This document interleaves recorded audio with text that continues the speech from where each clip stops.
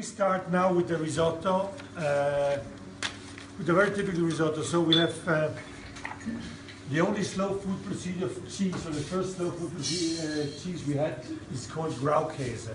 Graukäse in this area was eaten always with oil, but never olive oil, because we don't have a culture of olive oil.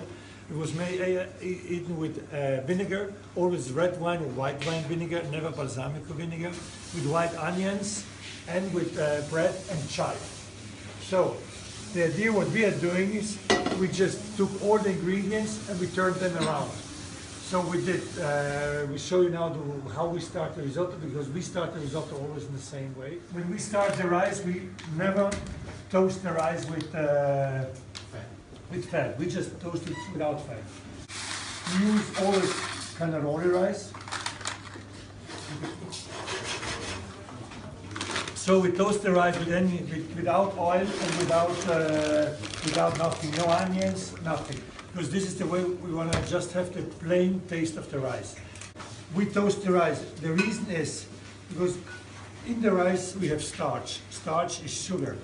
When you toast the rice, the sugar starts to melt, and outside the rice corn makes a small crust, and so it protects the rice corn. So you will see that in the end of the cooking, the rice corn is always the same. It's always a whole rice corn. You get what usually cooks from outside to inside, so outside it overcooks and inside is still hard.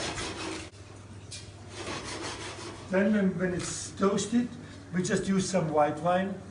We just use white wine to block it. Then we stop it, the alcohol evaporates, and we need the acidity from the wine. So this is very important to get some acidity.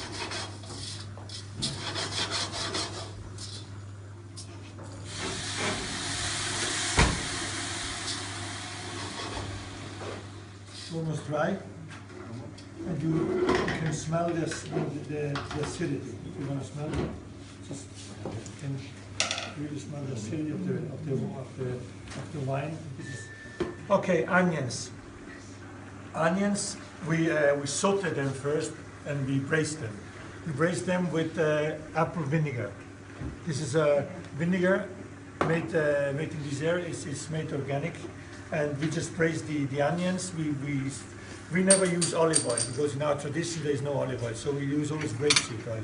Grapeseed oil, the big advantage of grapeseed oil is that it's clear and got no taste, so you can work it in any way you like. So we do a lot of oils out of it. We do a lot of like chive oil, serpent oil.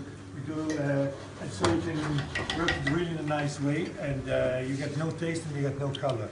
This is the apple vinegar. It's a little bit sweet. It's with a little bit of acidity. And why we do this? Because I want, if I put the onions in right away, then they overcook. So it takes me 15-16 minutes to cook the rice. And in 15-16 minutes they are completely overcooked. And so I just have a puree in the rice, and I don't have the taste anymore. And in this way, you do it, and you see they are already cooked, they are braised with the apple vinegar, and so they are still the whole. And so we put them in just in the last minutes. Just in the last minute to heat them up a little bit, and that's more than enough. We have bread. This one is a very typical bread from this area. This is pane puccia. It's called puccia, and it's made with wild cumin. And the reason this bread was usually made once or twice per winter time. So there were always more farmhouses. They had one oven to bake the bread, and so this bread we use from soft to hard. We cut it, just frozen in the meat cutter, and then we dry it out. So we have always the soft part, crunchy part. And from the Graukäse we use just milk, cow milk, because this is just made with cow milk. We make it soft then we put it on top like this. This one is around 15 minutes. It depends on the rice, and it depends also on the altitude. And then, so when you finish the risotto, never cook the risotto till the end. So take it off maybe 1 or 2 minutes before. Then start to work the butter in. Now we go with the onions. We put the onions in. And so we just want to heat them up.